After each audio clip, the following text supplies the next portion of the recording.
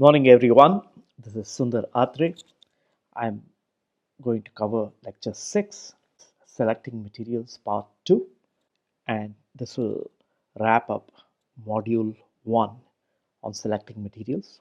I'm going live from Sorrento, Italy.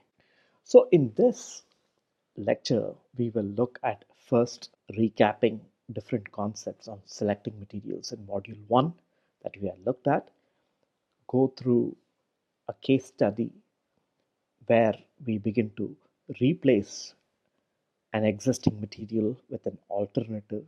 What are the steps to be able to do that? How to implement that using material indices? And then from there on, we will have some student presentations involving several case studies. We'll look at 4 during this lecture. So what have we looked at so far in module 1? We have said that for material selection, we will need to go through 4 steps: understand the function, define the constraints, formulate the objective, and identify the free variables that we have in terms of offering flexibility from a design selection perspective. For the function, we are deciding on what exactly the component does and articulating that. Then we are defining the boundary conditions, or what essential conditions absolutely have to be met. Then we go from there on to see what is the objective function that has to be maximized or minimized: increase mass, decrease cost, decrease economic attributes, decrease environmental attributes, and so on. What parameters of the problem is a designer free to change? So that relates to free variables. So that means that we can be free through going through material options without restriction once the constraints and objective have been met, so that the component can function as it should. So for each of the combination consisting of the 4 defining roles of material selection, you can come down to one characterizing material index that has to be. What does that mean in practice? What it means in practice is, under function, you have a number of different loading situations.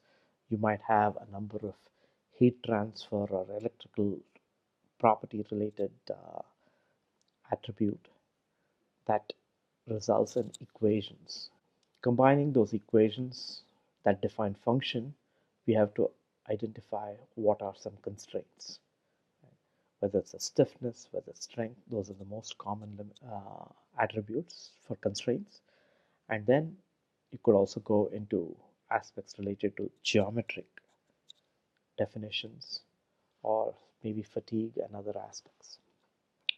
The objective comes, as we saw, to minimize cost or weight, maximize energy storage, maybe minimize ecological, so environment.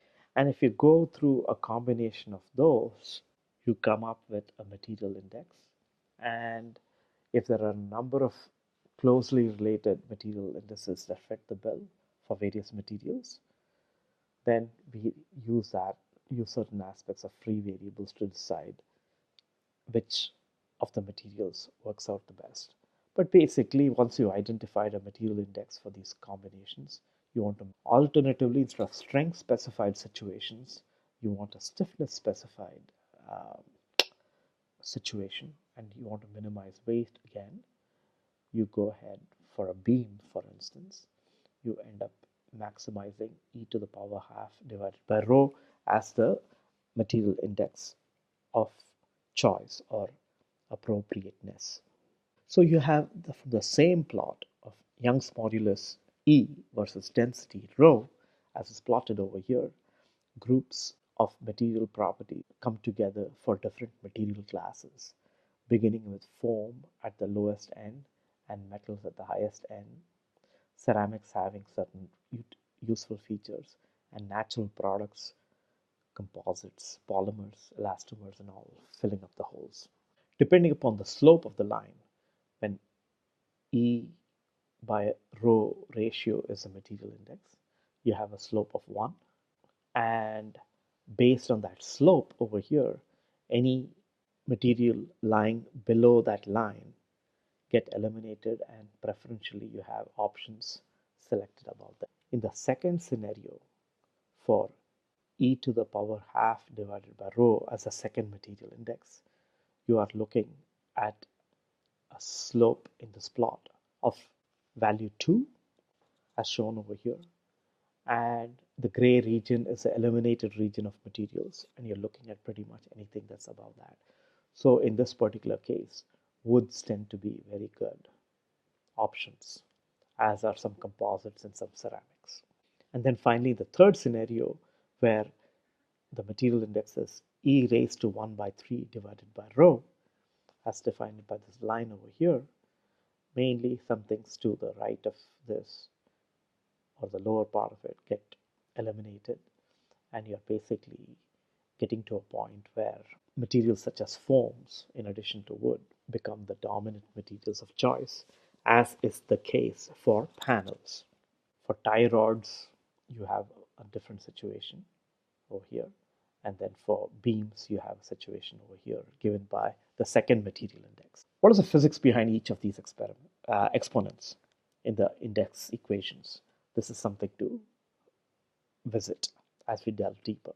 But for now, let's take a look at the various steps for determining a materials index, because that pretty much defines how you conduct material selection. So you look at writing the equation for the mass, then you identify the free variable, you write an equation for the constraint, then you eliminate the free variable from the equation for the mass, and then you identify the material index. And once you have the material index, you look to maximize it. So the generalized derivation for all the material indices is basically, if you want to maximize the performance of a particular product, you look at the product being comprised of functional requirements, geometrical attributes, material properties. And so the function P, defining the performance of the product, can pretty much be represented as comprising of F, G, and M. And by a variable separable approach, you can basically say that that property P, which is a performance index, is a product of F function, G function, and an M function. And that M function then relates to the material index. We have repeatedly looked at this beam during module 1. In this particular case, it's a square section. It could easily be something more complicated than that. And there are ways to be able to account for that variation in function. So you apply a load F, you want a delta deflection. The length of the span is L, the cross-sectional area A is B square.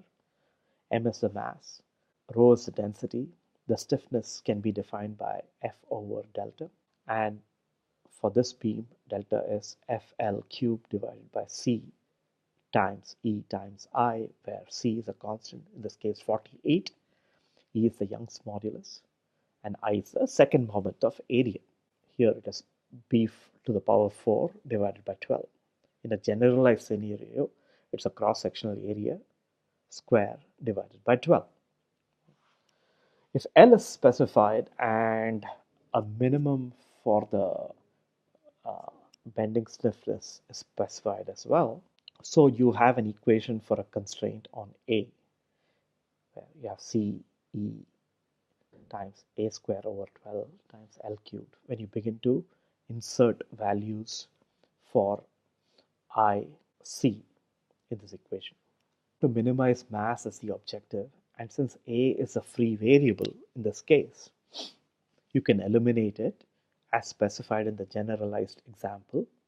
And if you do that, you basically get a way to be able to represent mass in terms of terms that are independent of A, which you eliminated. And now if you begin to group them together, this rho divided by e raised to half, right, has to be minimized to be able to minimize mass. Alternatively, the reciprocal of this. So e raised to half divided by rho can be maximized, and material choices are then delivered correctly based on that parameter. You can see that S in this case is the functional equation, and here it's S to the power half, and then you have these terms over here, which is a constant times some geometrical attribute.